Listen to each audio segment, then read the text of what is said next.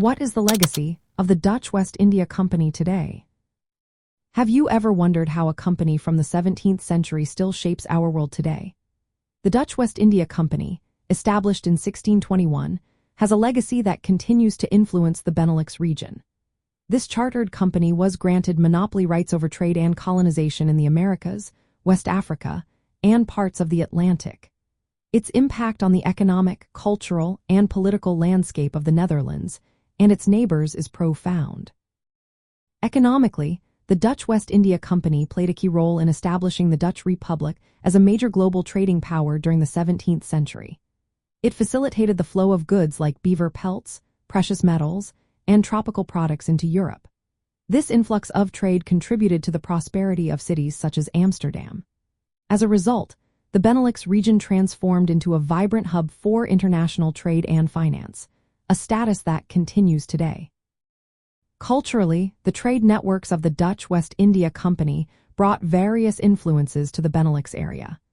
The exchange of goods and people introduced new ideas, customs, and even cuisines. This cultural diversity can still be seen in the modern multicultural character of societies in the region. However, the legacy of the Dutch West India Company is not without its darker aspects. The company was heavily involved in the transatlantic slave trade. It controlled key forts on the West African coast, dominating the slave market and supplying labor for plantations in the Americas. This involvement in human trafficking is a critical part of its history and has led to ongoing discussions in the Benelux region about colonialism and its consequences. Politically, the activities of the Dutch West India Company contributed to the competition between the Dutch Republic, Spain, and Portugal for overseas territories. This competition influenced the geopolitical dynamics of the time. Although the company eventually declined and was dissolved in the late 18th century, its early successes helped establish a Dutch colonial presence in the Americas, including the foundation of New Netherland, which later became New York. In practical terms, the legacy of the Dutch West India Company is still visible today.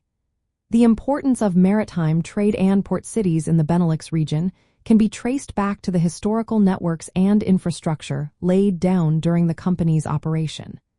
These developments helped shape modern trade routes and economic institutions. The legacy of the Dutch West India Company is multifaceted. It significantly contributed to the economic rise and cultural diversity of the Benelux region while also leaving a troubling record in the history of slavery and colonial exploitation. This dual legacy informs contemporary discussions about heritage, identity, and responsibility in the region.